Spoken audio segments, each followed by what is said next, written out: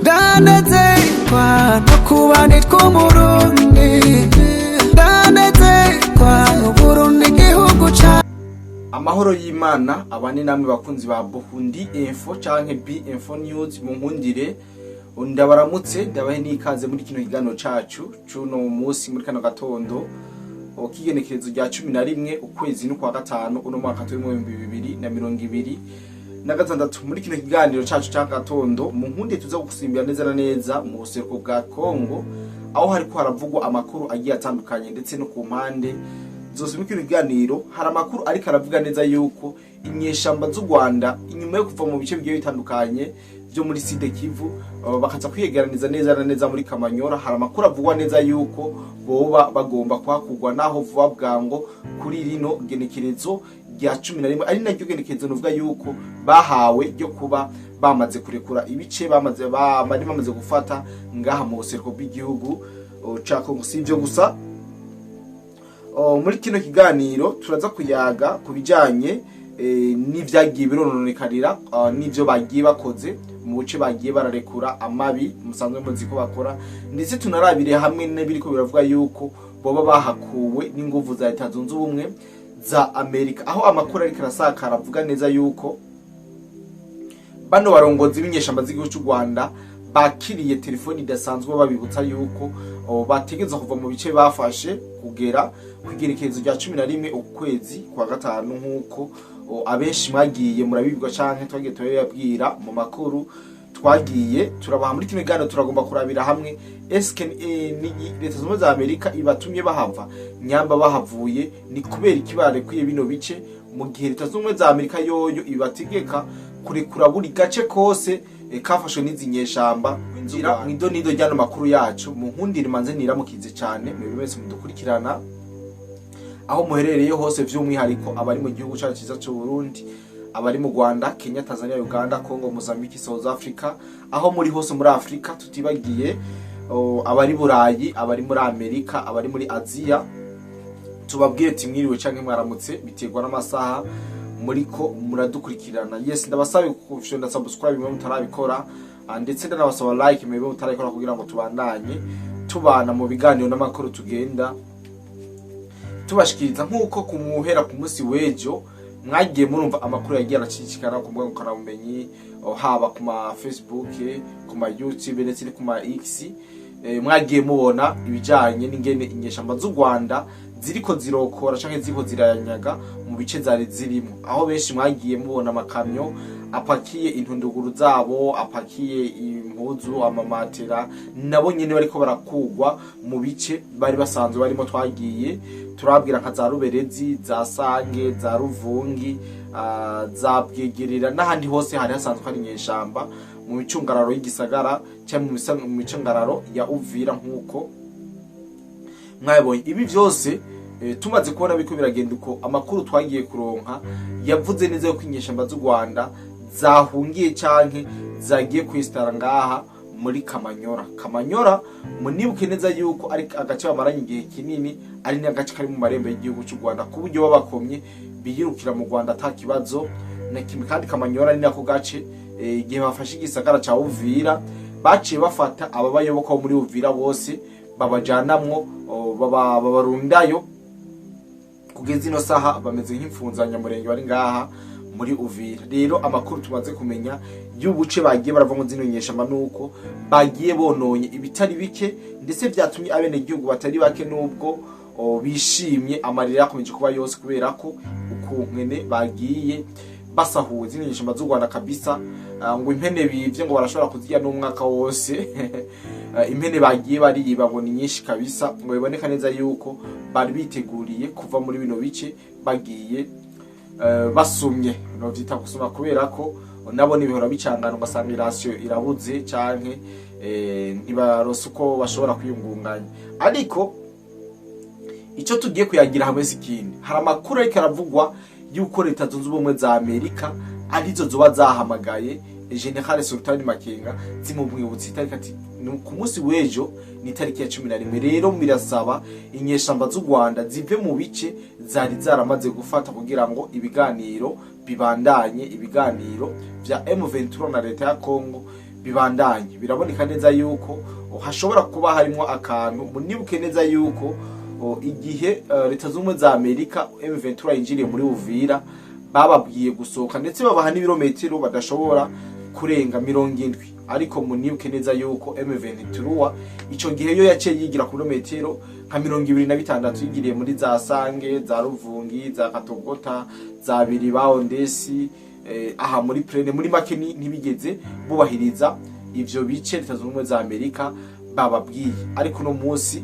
itegeko twari tuzi nuko leta z'ubumwe za Amerika yategetse uno muhari w'inyeshamba z'u Rwanda kurikura kira gice cyose bafashe ngaha ku butaka bwa Kongo mu buseruko neza no neza, ariko ntabwo bariko bararekura, ahubwo bariko barerekana bariko barava muri buno buce buhanamiye igisagara ca Uvira canke territoire ya Uvira. Mu misi heze twarabonye izino nyeshamba z'u Rwanda zigenda zihenda abantu canke zereka abantu yuko zamaze kuva mu bice zafasha cyane mu gisagara ca Uvira, babigize defwa aho bazana abakameramani bakazana abafotografa bamenyesha makuru bakerekana neza yuko bariko barava mu bice bari barimwo.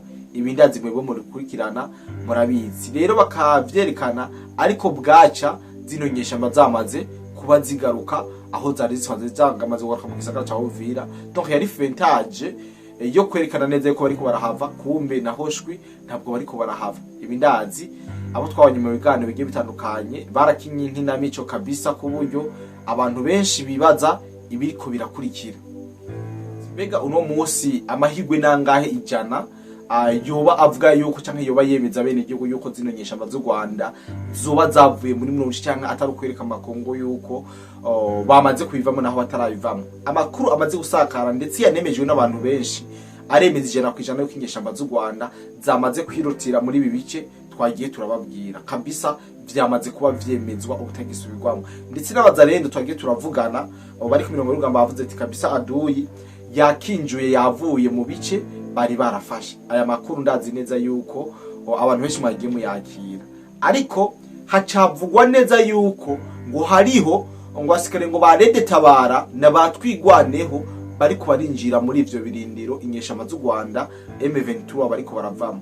Mes chers amis, mwebwe mwese mukunda kino kinyamakuru canyu BF News canke Burundi Info, ndizera yuko abenshi mudukurikirana muba mufise ugushishoza no kwiyumvira kugera kuri, kubera ko ntushobora gukurikirana ibijanye na geopolitique mu mutwe hahuha ibindabizi ko mubizi. Rero nyambo no musitiko turumva yuko M23 iriko irava mu bice yafashe, tukavyumva, ariko tukaza twumva ngo hariho ngo abandi bantu ngo bariko baraza ngo muri vya bice M23 ari sanzwe irimo. Mes chers amis, mes chers compatriotes, mbega ibi bintu murizera neza yuko izino nyeshamba z'u Rwanda zoba zahavuye a 100% canke nibo baje mu yindi profile kugira ngo berekane neza yuko bahavuye, bavuge iti iyi nitwigwaneho na Leta tabara ntabwo ari M23 canke nibindi muzi yuko bakunda barorasukanye ko ivyo bakunza kuvuga. Ndazi yuko mbo bamenyereye araba influencer canke ari ba monwa muri make. Rero jewe nkumu analyse je sishobora kwemera neza yuko izino nyeshamba zamaze kuhava. Jewe nkanje na analiza sishobora kwemera yuko boba bahavuye 100%, kuko hari ivyerekana neza yuko zino nyeshamba zishobora kuba zitarahava, kuko musubize umutwe inyuma ndibaza kuva bavuga yuko bariko barahava nta nkuru nimwe murumva ivuga yuko FARDC na Wazalendo bagiye kokipa bino bice byari bisanzwe biri mu nyeshamba. Kumbure birashobora kuba vyabaye, ariko nyamba vyabaye tuzobibatohoreza tubazanire ukuri kwavyo. Ariko nyamba atavyabaye, ata FARDC yagiye kokipa aho bari barita M23 atari ngabo zundi zagiye kokipa, mumve neza yuko inyeshamba z'u Rwanda zikiri ngaha 5 kwa 5, ahubwo igikuru atakwijajara kubamwo. Nta misi nta nindu yari iheze twumva zino nyeshamba z'u Rwanda ziriko zirakora amanama za Cangungu za Primitora Rusizi, ndetse baragwanye baranegereza mu gisagara ca Uvira ku birometero 200. Ibindi aziko dukurikirana mu bizi haro n'ubuce bari bagiye barigarurira muri territoire ya Uvira kandi berekeza gufata igisagara ca Uvira. Ibindi aziko mwabikurikiranye kandi mu bizi. Mu gihe twabonye umuvuduko udasanzwe M23 igomba kuza gufata nde Uvira, ariko uno munsi tukagwa mu kantu ngo M23 iko irasubira inyuma. Uno munsi tukagwa mu kantu ngo M23 irasubije aho yari yarafashe. Mes chers amis, dushire mu ubwenge. Ahubwo ntubu umwanya wo gusamaza leta ya Kongo cyangwa coalition ya FARDC ko umwanya n'umwanya bashobora kugaruka hehe muri Uvira mu gihe batomera amagabo canke bakabona kure mu buryo bukomeye. Je sishobora kwemeranya namwe ngo bavuye muri Uvira complètement. C'est vrai batweka ko bazinze ibirago kabisa, ibintu bimiriko biragenda neza, ariko nta na rimwe tuzigera twemera neza yuko zimenyeshamba kuko amayeri yazo turamaze kuba tuyamenya. Tubanye igihe kinini kabisa turamaze kuamenya. Rero inyeshamba z'u Rwanda hari amakuru yo ariko aravuga yuko bashobora gukugwa aha muri Kamanyora bagiye kwigeranizo. Iyi ni indi verso, ni indi verse ivuga yuko umwanya n'umwanya naho bashobora gukugwa muri Kamanyora. Bimeze gute, bifashe gute? Amakuru ava kuba ku mirongo y'urugamba baravuga neza ko bamaze kwirutira mu buce bibagiye muri Kamanyora. Muri Kamanyora naho baba bariko baratekera ivyabo kugira ngo bikunde bashobore guca bidugira mu gisagara ca Bukavu mu gihe hogera ibigorana canke ibihinduka ku mirongo y'urugamba. Ku rundi ruhande nago abene gihugu ba Kongo bari basanzwe bakorana n'inyeshamba z'u Rwanda mu bice bari barigaruriye. Nagenda babwira za Ruberezi, za Sange, Ruvungi, Katogota, abwigirira n'ahandi henshi bari ababene gihugu kabisa ngo bamaze guhunga ngo bariko barajana na M23. Murumva yuko ari ibintu bikomeye cyane. Abene gihugu bahoze bakorana n'uno muhari w'inyeshamba z'u Rwanda nabo bariko barahungana nande na M23, ntabwo bariko barasigara kubera ko banka neza yuko abene gihugu bari basanzwe babana aribo bari nyuma y'agacinyizo bari bariko yuko bashobora kubigaranzura bakabakura kw'imitwe. Aya n'amakuru nayo yizewe tumaze kuba turonka kandi twamaze kuronkera n'ivyemeza kabisa ariko barahunga. Ariko ku rundi ruhande abene gihugu batari bake ariko baravuza impundu kubona inyeshamba z'u Rwanda zabavuye ku Gakanu, abona neza ko zari zibabujije umutekano muri kino kiganiro. Kandi naye nabateguriye imbere yuko tugaruka ko biriko birabera ngaha mu karere tubabwira imigwano ko yifashe. Hari amakuru ariko aravuga neza yuko hariho umugambi udasanzwe uri nyuma ufashwe inyuma n'ibihugu rutura bigera kuri 2 kumbure navyo vyaserutse bisanzwe biri muri NATO bwo gutegura ubwicanyi bwo gukorera president w'igihugu ca Kongo. Ivyo bihugu navyo sibindi nkuko twaje turekura mu binyamakuru nka Actualité n'ibindi binyamakuru bikomakomeye ngaho muri Kongo, bivugwa yuko hariko haravugwa umugambi wo kugandagura cyangwa guhitana ubuzima bwa president w'igihugu ca Kongo. Ayo makuru avuga neza yuko igihugu c'Ubushinwa ndetse n'igihugu c'Ubufaransa arico kiri nyuma y'uwo mugambi mubisha wo kugandagura president wa Kongo nkuko amakuru yacu agenda dushikira. Ico bavuze ngo kimaze kubonekana canke ubutasi bumaze kwerekana nuko Ubushinwa bwamaze gutanga amadrone azoza arakurikira canke ivyuma bizoza biratrackinga president wa Kongo azoba agiye hose muri rusange bazobe bariko baramubona. N'igihugu c'Ubufaransa naco kiri muri uwo mugambi. Uwo mugambi amakuru adusumira nuko woba iyo nama yakorewe mu gihugu cy'u Rwanda neza neza Kigali kugira ngo bashobore gutengeneza uwo mugambi wo gukora wo kwica president Fatou Beto. Narijya bariko barumva neza yuko ashobora gutwara manda igira gatatu kubera ko yari yavuze mu kiganiro yahaye abanditsemo byinshi bako mu gihugu cya Kongo ati mu gihe abene gihugu bazonsaba yuko nshobora kwitoza ubugira kandi nzobikora. Rero mwarabonye abene gihugu bari mu mabarabara bariko barakora manifestation bavuga ati turakeneye yuko Fatou Beto yongera kwitoza. Rero uyu ibi ntabwo vyaguye neza igihugu cy'u Rwanda, ntabyo vyaguye neza igihugu ca France ndetse n'igihugu c'Ubushinwa. Ibi ntabwo vyaguye neza kubera ko yagiye arazibira inyungu zabo bwite cyane bituma bamwanka canke batakimwimvamo.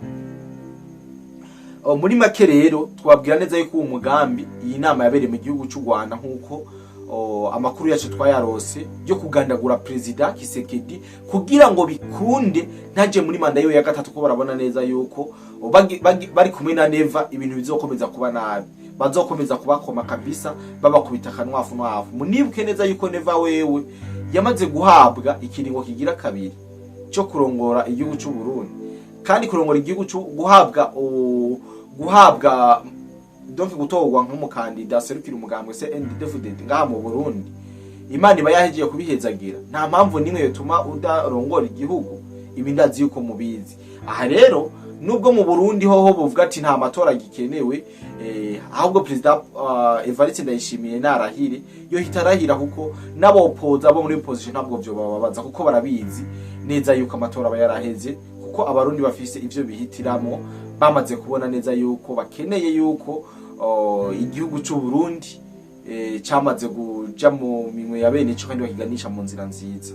Ibi rero nta mpungenge kuri President w'u Burundi Neva, murabizi neza yuko ari nawe asanzwe arabutsa ubumwe bw'abanyafrika, aho ku munsi w'ejo mbere tuzoga ku munsi w'ejo bikunze tuzetegura ikiganiro tugaruke ku makuru akomeye yashikirije kubijanye n'izi ntambara mu kiganiro yakoze ku munsi w'ejo, ku munsi wa gatandatu, twita ku munsi wa hirya y'ejo wa gatandatu, n'inyamakuru Jeune Afrique.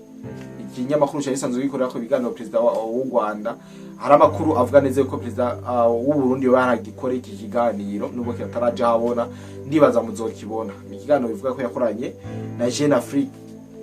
Rero Kisekedi, leta y'u Rwanda, leta y'Ubushinwa, leta y'Ubufaransa nibakozwa na bukebuke manda yiwe igira gatatu, baragomba kumurandura ataranahindura ibwirizwa shingiro, kuko murabizi neza kugira asubire yizegwe atogwe aronke manda igira gatatu, kuko nabo bandikiwe manda zibiri, nuko abanza kugira ante abanza guhindura ibwirizwa shingiro. Kujya mu Burundi bahinduye bakavuga dutore ego oya, hama bagahindura ibwirizwa shingiro, wazi byahora ko manda yahora ku myaka 5 ubu ari imyaka 7, nibijya nyene niko bizogendera mu gihugu ca Kongo. Rero ariko bino bihugu ntabwo vyishimiye, nta nubwo bikeneye kubona Kisekedi yongera kurongora igihugu ca Kongo, kubera ko yabazibiriye vyinshi. Amakuru akomeza kutubwira nuko mu gihugu cy'u Rwanda umutekano gikomeza kuyamba, cyangwa umutekano ukomeza kumera nabi cyane cyane mu bene gihugu waba hafi y'imipaka bahana n'igihugu ca Kongo. Ubwoba ni bwinshi, umwanya n'umwanya twarababwiye neza yuko Kongo ishobora kujabuka muri Kongo mu gihugu cy'u Rwanda ikahashinga ivyuma vy'ubwirinzi n'amaposition. Ibi twarabibabwiye. Rero kumbure abene gihugu n'ubu bahora cyafise ubwoba bwinshi, kubera ko imigwano M23 nubwo mwumva ngo yari ubuci yari kwiye ngaha, mwumve ko muri Nord Kivu yakamejeje, ndetse no muri Sud Kivu hari ibice bariko baragwaniramo. Kandi aha muri Nord Kivu nko muri Walikari kabisa imigwanira akomeye mw'abantu mwe, imigwano ni myinshi cyane muri Walikari. Rero zino nyeshamba z'u Rwanda kuvuga yuko zohagarika ibigwanisho, zigicukura amabuye y'agaciro muri Rubaya, baciba susoreye muri Kongo, bofumo bashira bose bagahera hako bavanwa muri Kongo. Rero twababwiye kwavanwa nuko FARDC nayishingikira indiro hehe mu gihugu cy'u Rwanda, hama kikaba kimwe ku kindi, umwe wese agacungira iwabo, umwe wese akaja gucungira iwabo. Ko nyamba u Rwanda rwarazisikare muri Kongo ngo bacunze u Rwanda, Kongo nayo nijane uyisikare mu Rwanda naco gicungwe Kongo.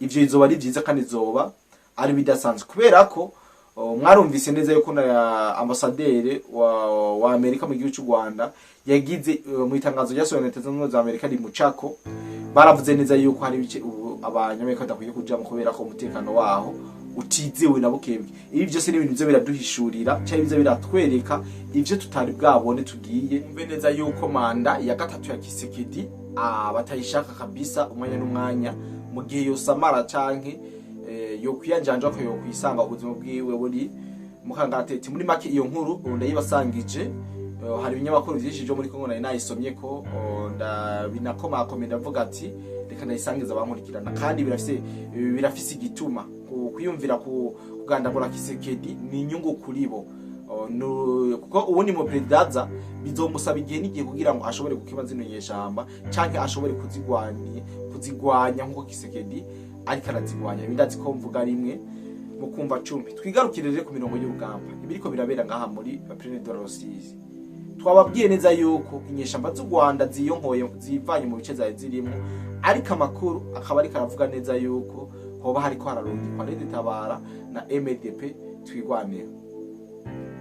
Mes chers amis, twari tumaze bitubabwire ko M23 ari gisirikare cyangwa ari kiroberi kihurikiye mu bihugu byinshi, abacancuro, abazungu, abaki, abera, aba bose bari muri no migwano muri Kongo.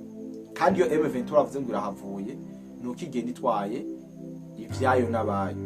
Rero kuva yuko Rede Tabara yoba yaje igasubira mu bibanza M23 yari irimwo, umufaransa n'umungeza bari barimwo, aha jenja numva ari uko Rede Tabara bayishoye kuri songoye kabisa. Aha Rede Tabara barayidandaje, twigwaneho barabadandaje kubera ko ahantu abafaransa bananiwe n'abongeza mwe muraca gukora resistance. Tubwizanye ukuri, Rede Tabara muragiye muyibure, mbega ko bavuga ngo babace batambukiza ngo bindi byose. Rede Tabara nasikire bangana gute? Rede Tabara n'abasirikare bangana gute ku buryo bokokipa ahantu nkeka leta y'u Rwanda n'iya Kenya n'i Uganda bose bari bokivye. Murumva rero ko ari ibintu bikomeye kandi bidasanzwe, tuzokomeza tubatohoza. Ikindi kandi gashakabaye nuko abandi gihugu banyamurenge benshi baciye bategekwa kwimukana n'inka, burya inka zahunze bemesha cyane. Sinzi ko mwabonye ubu video bagiye buracicikanaho inka bariko baraziyobora kabisa zihunze, rikace ndabashiramo aka video kerekana neza yuko bano banyamurenge nabo harimo ibijuju canke hariho bamaze kumanipirwa n'izinyesha baz'igihugu cy'u Rwanda. Muri mwibuke neza yuko kuva muri Uvira bagiye bahunganya abanyamurenge, n'ubu bacicuza igituma baravuye muri Uvira, murabizi sinonda kubisubiramo. Ubu naho tiko turabona inka kabisa nyinshi zitari zuzuye umurongo ziriko zirahunga, ariko naganda babwira ikintu kimwe, ubwoko butazi ubwenge burahona. Ubwoko butazi ubwenge burahona. Burya abanyamurenge iyo babose bakimeze kimwe, hatari bajya bavuze ati twe turakagarana ntidushobora kwemera ivyaba, abanyamurenge bose baba bari ku mushiro mugabo baba ngo ntawe mara ubwoko, ariko ubwoko butagira ubwenge burahona. Ubwoko butagira ubwenge rero burahona. Rero singomba kubarambira kandi bacishirize mu murabe ingene ibintu bikoragenda hari murenge, urabe ingene abantu bariko barimuka n'izina ry'Imana. Ni ibintu bitangaje, ni ibintu binababaje. Singomba kubarambira muri kino gitondo twashese vitije byo kuyaga, ariko reka muce mu nkundira. Ndabashimire cyane mu bose tubanye muri kino kiganiro kigufi cyane, mukurikirana ino video ngenda bashiriremo, kandi nizere ko mukomeza kugira ibihe byiza, amagara meza n'amafaranga. Kumbure turongera guhurira mu bindi biganiro byacu vy'uno munsi. Amakuru ni menshi, mbere ngiye kubagira surprise, nzi ndabazanira ibindi biganiro kuri runo rubuga rwacu rwa Burundi Info canke BInfo News nkuko twama tubikora, kandi abikibanure kumbure turongera guhura amasara cari kare mu bindi biganiro. Bye bye. Garara turebewa uri kwa Antoine. Komera da. Yambu da. Yambu. Bimeze sana. Bite? Bababwiye umufungireze. Meze gute director? Namor. Mzee ari he? Mzee yake kamakuru. Zamwima abanyamurenge ngizi wa. Dore hingi. Amambe basi. Mukorora se ko mwese.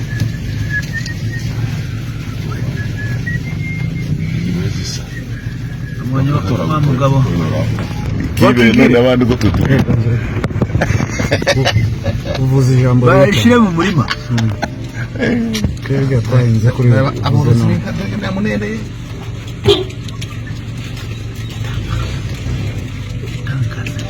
Gake wampaye hamwe mura. Pole wa. Tangaza no. Ntakundi. Ariko tebenda. Akwari mwinyana zifuza.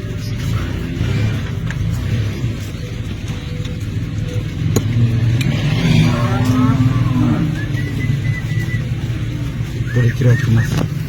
Ake gawa. Amak. Benfizi agara afatire y'umufizi turebe. Ubite mo ni fotezemo tari filime gusa. Rekanye ni blama. Ndasho. Niyo yabaye zino zose.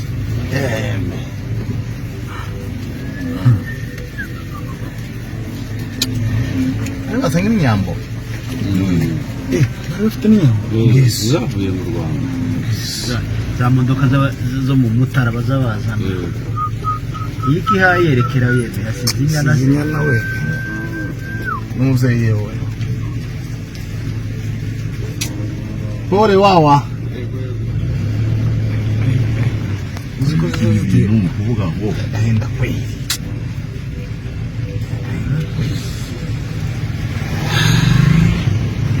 iyo n'imbunda nita arahunza no kuri kwima Ahunze gica duse. uwinende Niwe Scott wa duse. baragiye ko vunge bayitanze ngene nkoresha inama wele n'abariya Wa murendo.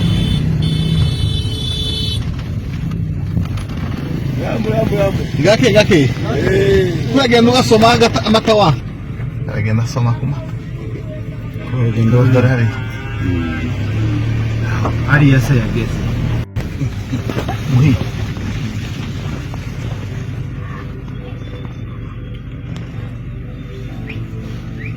Yewe, igihe gabaza abantu abanyamurenge ko bazi. nayifashe ndayikoherereza Rakaza kumwohereza iyi ngiyi.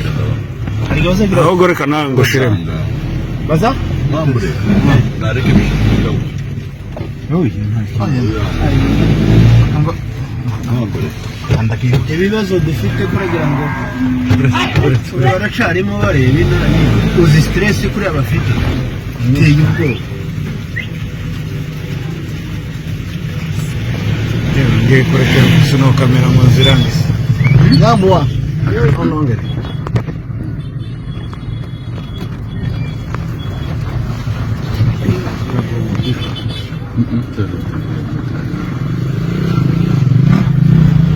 jewe ga izikuntu izikuntu fotora kandi mpaye kamera Baraza kubiguhereza iki? ndaguha ndende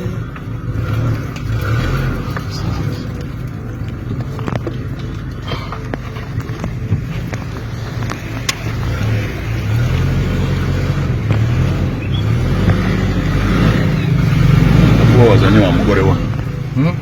Wazanye wa mugore tugasubirana. aragaca iminota ibaye ine dore Ese iyo. kamasekondi kakamenya Pole sana.